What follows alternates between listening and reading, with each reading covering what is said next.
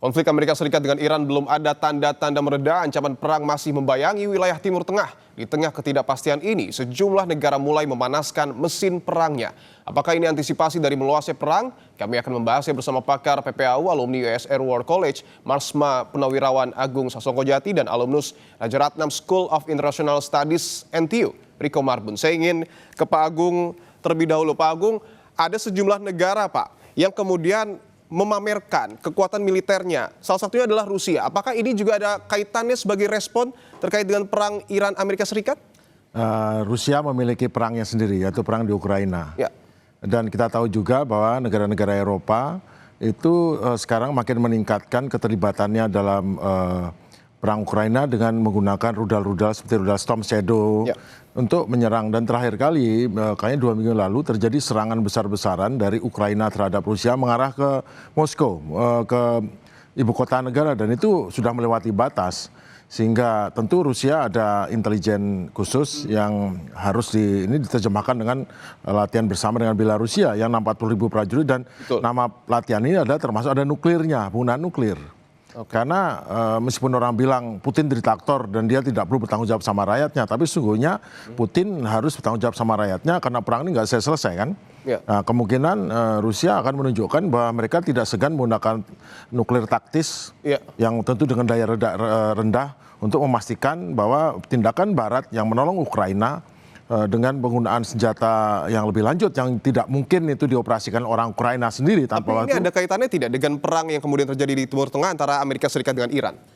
Tentu ada kaitannya. Ada kaitannya? Kaitan dalam konteks informasional. Karena itu juga menunjukkan bahwa Rusia memiliki teknologi terbaru dan dia menunjukkan dia punya power, dia adalah mampu menjadi negara superpower juga dan punya kemampuan, dan dia bersedia bersama-sama dengan China bersedia untuk mendukung Iran untuk menstabilkan situasi di kawasan.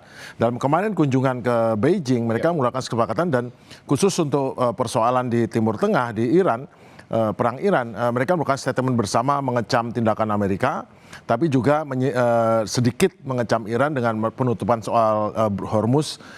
Itu agak ditegurlah sedikit oleh berdua ini, dan tentu sudah ditindaklanjuti Iran karena saya tahu pada hari ini ternyata Iran sudah mulai mempertimbangkan untuk menurunkan tolnya jadi $150.000 dari sekarang $2 juta, $150.000 dengan bekerja sama dengan Oman. Gini, kalau $2 juta mungkin tidak ada SEP ya, banyak keberatan, tapi kalau $150 itu harga yang maklum karena lewat Selat Dardanella itu juga senilai itu juga biayanya. Saat dunia dikuasai Turki, jadi Turki tiap pesawat kapal yang lewat menerima uang sejumlah itu. Tentu mereka berpikir dengan perbandingan itu tentu tidak salah sebagai negara pemilik pintu Hormuz, maka Iran dan Oman berhak untuk mendapatkan biaya karena itu adalah wilayah kedaulatan mereka. Oke, baik. Saya ingin ke Pak Riko. Pertanyaan saya mirip dengan apa yang kemudian saya sampaikan kepada Pak Agung, Pak Riko, bahwa Rusia memamerkan senjatanya bersama dengan Belarusia, kemudian juga di Asia, Jepang melakukan latihan bersama Filipina. Apakah Anda juga sepakat bahwa unsur-unsur ini ataupun praktik ini merupakan upaya untuk kemudian memanaskan mesin militer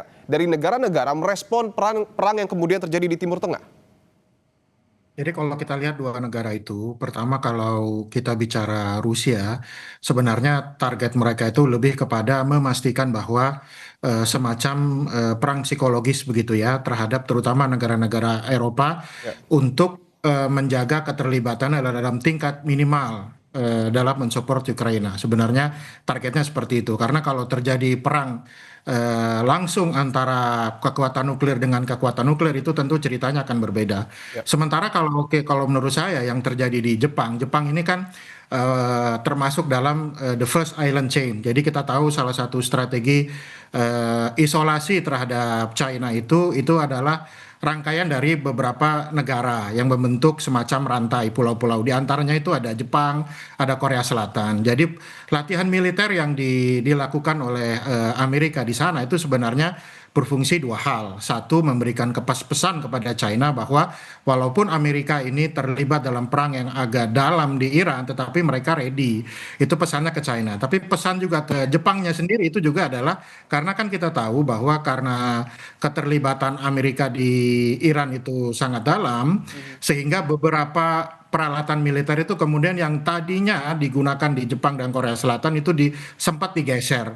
Nah, manuver ini sebenarnya memberikan pesan menurut saya kepada baik Cina dan maupun penduduk di Jepang bahwa Amerika itu masih ada loh begitu ya. Amerika itu masih ada di sana. Itu pesannya itu.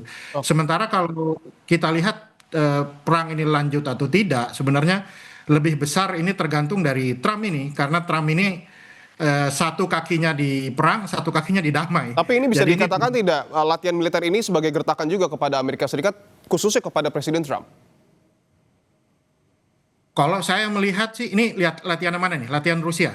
Ya, latihan Rusia, kemudian juga sejumlah latihan lainnya. Apakah ini juga memberikan gertakan mungkin kepada Amerika Serikat atau seperti apa? Analisa Anda, Pak Riko?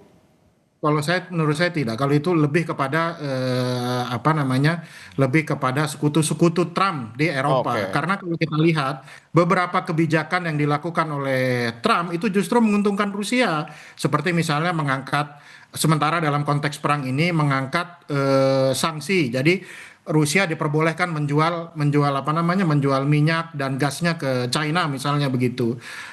Begitu juga terhadap Eropa, apa namanya, Rusia diperkenankan sementara waktu oleh Amerika untuk menjual gas dan minyaknya ke Rusia. Jadi sebenarnya antara Trump dengan Rusia ini, dan kalau kita lihat kan dari kelompoknya Trump ini, mereka berpendapat, kalau kita lihat di US National Security Strategy itu, mereka menganggap Rusia ini dalam tanda kutip bisa diajak berteman atau tensi peperangannya diturunkan sementara.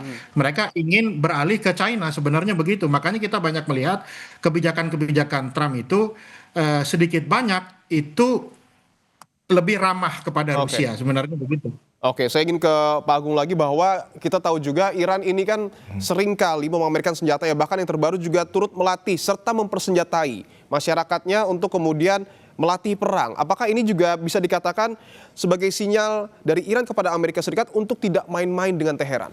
Setiap kegiatan yang dilakukan oleh Iran, baik dalam operasi militer atau operasi lainnya, termasuk operasi menggalang masyarakat, itulah tujuan informasional. Satu, ke dalam untuk memperkuat cohesiveness atau kekuatan di dalam lingkungannya, dengan mengajarnya ternyata ada 30 juta lebih yang mendaftar untuk menjadi pasukan Janadal, nggak salah ya, pasukan cadangan, ya, pasukan yang siap bertempur membela tanah air ya. Itu membuat masyarakat jadi senang, kemudian ditampilkan di televisi, itu adalah propaganda atau perang informasi yang menampilkan masyarakat, semua pihak, semua masyarakat, semua tingkat terlibat, dan itu menunjukkan dunia luar. Karena justru pada saat perang ini kesempatan Iran untuk menunjukkan masyarakat dunia. Kalau tadinya secara sengaja media-media itu tidak menampilkan Iran secara adanya, sekarang apapun di berita di Iran itu jadi masuk, sehingga baik di media normal, media elektronik atau media sosial itu menampilkan semua itu, dan itu merupakan, dan Iran lebih sukses dari Amerika. Iran lebih sukses dari Amerika? Iya, karena Iran tidak saja mengandalkan media-media pemerintah, tapi mengandalkan banyak buzzer, banyak pendukungnya, dan dari negara global South, semua hampir semuanya para ini banyak sekali yang mendukung, sehingga menampilkan tampilan Iran yang lebih bagus, lebih cantik, dan itu kelihatan hebat sekali. Dan memang sekarang dari buktinya bahwa Amerika dan pihak Barat, khususnya Amerika, itu kalah dalam perang informasi mengenai dukungan terhadap Iran. Tapi di sisi lain juga, Iran juga ingin menampilkan kemampuan militernya. Dia tampilkan latihan, dia tampilkan apapun itu untuk berikan warning, dan warning itu masuk. Karena sekarang Amerika pada posisi khawatir, karena informasi terbaru adalah Iran sudah meningkatkan kekuatan pertahanan udaranya menjadi lebih canggih. Bafar 373 yang setara dengan S-400-nya Rusia, dan Kordat 15 itu adalah dua paduan yang canggih. Kalau radar jarak jauhnya ya itu bisa mencapai 400 km, tapi radar jarak pendek 120 km punya kemampuan untuk melihat stealth. Oke. Nah, itu yang sekarang dikatakan, dan kemarin sudah terbukti bisa menjatuhkan pesawat F-15 dan pesawat A-10. Jadi praktis semua pesawat seperti F-18, pesawat F-16, F-15 itu sekarang penuh dengan keraguan untuk masuk ke Iran, karena terbukti Iran cukup canggih. Kemudian untuk terbang di ketinggian rendah, apapun mau nyerbu lewat helikopter segala macam, terbukti bahwa hampir lebih daripada 20, mendekati 30 pesawat tanpa awak miliknya Iran itu hampir ditembak jatuh semua. Dan pesawat tanpa awak ini pesawat Tampawa yang harganya 30 sampai 50 juta dan harga mahal, dan itu dihancurkan oleh Iran, jadi mereka tidak punya kesulitan itu. Nah sekarang yang harus dihadapi adalah memang pesawat tanpa stealth, pesawat siluman ini yang mungkin harus ada pertimbangan, hanya tadi jumlahnya kan sedikit, terbatas. Tentu kekuatan militer ini menjadi head to head tersendiri ya antara Iran dan Amerika Serikat, tapi saya ingin ke Pak Riko bahwa tadi Pak Agung menyebutkan Iran ataupun Garda Revolusi Iran yang kemudian membekali rakyatnya ataupun pemerintah Iran yang membekali rakyat terkait dengan kemampuan menembak dan juga kemampuan militer ini secara tidak langsung memperkuat kondisi yang ada di dalam internal Iran itu sendiri. Tapi pertanyaannya bagaimana dengan Amerika Serikat? Apakah sebenarnya warga Amerika Serikat ini sudah apatis dengan keputusan yang kemudian diambil oleh Donald Trump, Pak Riko? Kalau menurut saya persiapan yang dilakukan oleh Amerika itu persiapan yang sifatnya bukan non militer. Jadi ini ada dua persiapan dilakukan oleh Amerika dalam menghadapi kemungkinan eskalasi. Kalau dalam kategori militer itu adalah mereka memperbaharui lagi target-target serangan yang setelah mereka lakukan pada saat Epic Fury beberapa waktu yang lalu. Tetapi langkah yang dilakukan yang kedua oleh Amerika itu sebenarnya sifatnya diplomatik dan politik domestik. Diplomatika itu seperti apa? Kita tahu ternyata pasca pertemuan antara Amerika dengan Xi Jinping kemarin itu, Trump itu menawarkan kepada Trump menawarkan kepada Iran agar memberhentikan bantuannya terhadap Iran dengan syarat dengan bantuan nanti Amerika akan mensuplai kebutuhan energi Iran, tapi dibeli dalam dolar. Jadi itu salah satu tawaran. Jadi dia ingin mengisolasi Iran dari China. Tetapi yang kedua juga ada langkah domestiknya. Memang betul bahwa secara umum mayoritas mungkin antara 55 sampai 60% rakyat Amerika itu tidak ingin perang ini berlanjut atau tidak menyukai adanya perang yang lama di Iran ini. Tapi ini ada tapinya. Orang-orang kan menyebutkan bahwa politik domestik ini pemilihannya itu nanti November ya. Sekarang yang sedang berjalan di Amerika itu tahap namanya primary. Jadi primary itu adalah pemilihan masing-masing partai, baik Demokrat maupun Republik, untuk memilih calon-calon anggota DPR-nya supaya bisa nanti mereka bertarung di bulan November. Nah, yang dilakukan oleh Trump sekarang ini adalah yang terakhir, dia mengusulkan menggelontorkan dana sekitar 1,8 billion US dollar itu untuk dana kompensasi. Jadi artinya Trump ini sekarang dia sedang mengkonsolidasi basis Partai Republik ya, yang itu sebagian besarnya lebih menyetujui atau bisa toleran terhadap berlanjutnya perang di Iran. Tentu kita masih harus tunggu apakah kemudian geliat politik yang dilakukan Trump di Amerika Serikat ini juga akan berpengaruh dengan situasi di negara lain, karena mesin militer nampaknya ini juga dipanaskan oleh negara-negara lain. Saya ingin ke Pak Agung terlebih dahulu, bahwa tadi kita sudah membahas bahwa ada sejumlah negara, Pak, yang kemudian nampak terlihat memanaskan mesin militernya. Tapi pertanyaan saya, ada pernyataan menarik dari Garda Revolusi Iran yang mengatakan bahwa jika Amerika Serikat dan Israel kembali melancarkan serangan, perang dapat meluas. Apa maknanya? Perang dapat meluas karena mereka sudah mengincar sasaran-sasaran lain. Mengincar sasaran lain? Oh ya, sasaran lain yang tidak akan dibayangkan Amerika katanya. Sasaran lain itu sudah mulai ada yang mempertimbangkan sasaran itu meliputi sasaran di negara lain. Sasaran yang berada di negara Eropa mungkin atau di pangkalan lain yang mungkin tidak menggunakan tidak menggunakan rudal, tapi menggunakan pasukan darat atau menggunakan drone pendek yang seperti halnya Ukraina menyerang Rusia. Di mana untuk menyerang pesawat-pesawat Rusia, dia menggunakan drone yang ditembakkan dari dalam Rusia sendiri. Tapi kalau konteksnya melihat perang Amerika Serikat dan Iran yang sebenarnya belum selesai, apa tujuannya menyerang negara lain? Bukan, dia tidak menyerang negara lain, dia menyerang Amerika, kepentingan Amerika di negara lain. Jadi kan sah-sah saja. Contohnya, pokoknya di Jerman ada pangkalan Amerika, sudah menggunakan drone terbang berapa untuk menghantam. Itu kan sangat mudah, drone kecil yang digunakan menggunakan peledak. Tapi sesungguhnya ceritanya nggak seburuk itu. Ceritanya sekarang adalah dari ada wartawan yang dapat berita bahwa Amerika ternyata mengeluarkan proposal baru yang isinya meringankan sanksi Iran, kemudian dan segera dilaksanakan, karena Iran nggak mau lagi itu minta pesan tertulis dan harus segera dilaksanakan minggu ini, langsung dilaksanakan karena nggak mau janji-janji.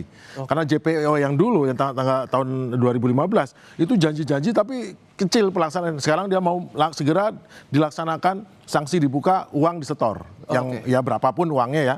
Kemudian yang kedua adalah memberi memberi langsung memberi dana repatriasi untuk perbaikan dan segala macam, dan itu sudah, dan untuk soal nuklir belakang. Jadi memang perjanjian sekarang oleh Pakistan dibuat 2 set, satu demilitarisasi dan soal Selat Hormuz, nanti set kedua nanti ada tenggat waktu sebulan, 2 bulan, 3 bulan, nanti soal nuklir dan lain sebagainya. Tapi kita tahu Israel juga nampaknya masih menginginkan perang. Oh ya, Israel tuh ngamuk besar itu. Israel mungkin apapun MOU-nya kan datang, dia nggak setuju. Tapi kelanjutannya begini. Dan akhirnya ini Rubio juga bilang begitu. Rubio bilang, oh ini udah makin deket nih. Makin menarik kan. Karena dia juga tahu nggak mungkin menang sama Iran, ini berarti dia ngincer yang lain. Rubio bilang gini, Iran kita kayaknya sudah deket nih. Tapi dia ngomong, tapi plan B-nya saya siap dengan negara-negara NATO nih untuk buka Hormuz. Masalahnya negara NATO seperti Prancis bilang gini, apa yang ada terjadi di Atlantik Utara ya kita bereskan Atlantik Utara, kita tidak ngurus yang lain. Artinya sebetulnya nggak ada setuju. Tapi pesannya Rubio memberikan pesan, satu, melindungi Trump, bahwa Trump masih kuat. Yang kedua, bikin bahwa ini ternyata mau perjanjian nih, naiklah harga minyak 3% kalau nggak salah itu. Dan yang ketiga, melindungi bahwa dia tetap kuat. Tapi yang terjadi berikutnya adalah bagaimana sekarang Iran menindaklanjuti. Ya Iran nekan terus, Iran tidak mau menurunkan.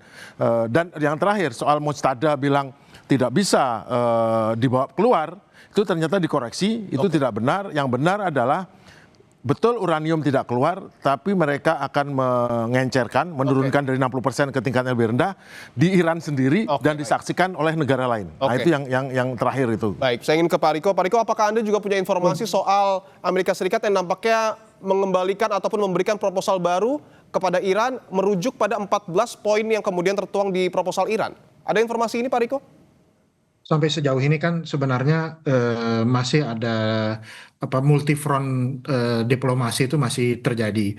Saat kita berbicara sekarang ini, kalau saya tidak salah itu utusan salah satu petinggi militer dari Pakistan itu ada di Iran. Kemudian Qatar juga ada di Iran, dan dalam waktu yang bersamaan Menteri Luar Negeri Pakistan itu berangkat ke China. Yang sekarang sedang dicari titik temunya antara Amerika dan Iran ini, itu ada beberapa poin.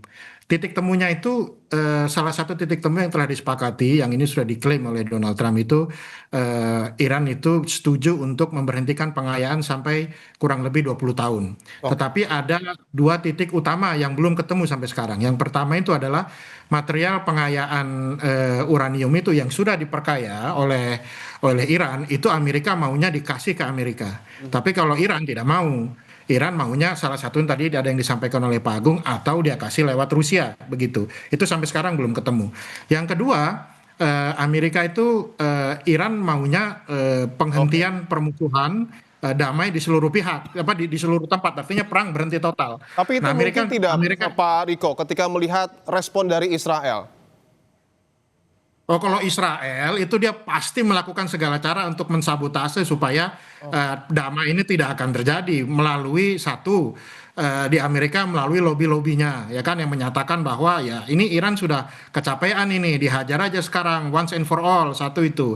Yang kedua, kita bisa melihat beberapa waktu yang lalu itu ternyata kan ada serangan drone yang dilakukan oleh Uni Emirat, dilakukan ke ke Iran kan, begitu. Kalau kita ngelihat Uni Emirat ini teman dekatnya dari Israel. Apa yang dilakukan oleh Uni Emirat, ya itulah Israel. Kalau ini terjadi, ini kan artinya secara regional itu bisa tersulut perang baru antara negara Teluk melawan negara Teluk. Dan kalau ini terjadi, jangan lupa itu kan Trump itu katanya dibatasi oleh 60 hari, dan kemudian dia mengatakan perangnya sudah selesai. Tapi kalau ternyata ada alasan baru itu apa? Ada alasan pecah perang yang menyebabkan sekutunya Amerika di Teluk, Uni Emirat misalnya, Bahrain misalnya, Kuwait misalnya teriak-teriak untuk minta dibantu, itu menjadi titik muka atau alasan bagi Amerika untuk masuk lagi. Itu yang mereka cari. Jadi makanya saya bilang ini tipis sekali antara damai sama perang. Dan tentu yang kita dukung adalah perdamaian yang kemudian terjadi dan perang antara Amerika Serikat dan Iran ini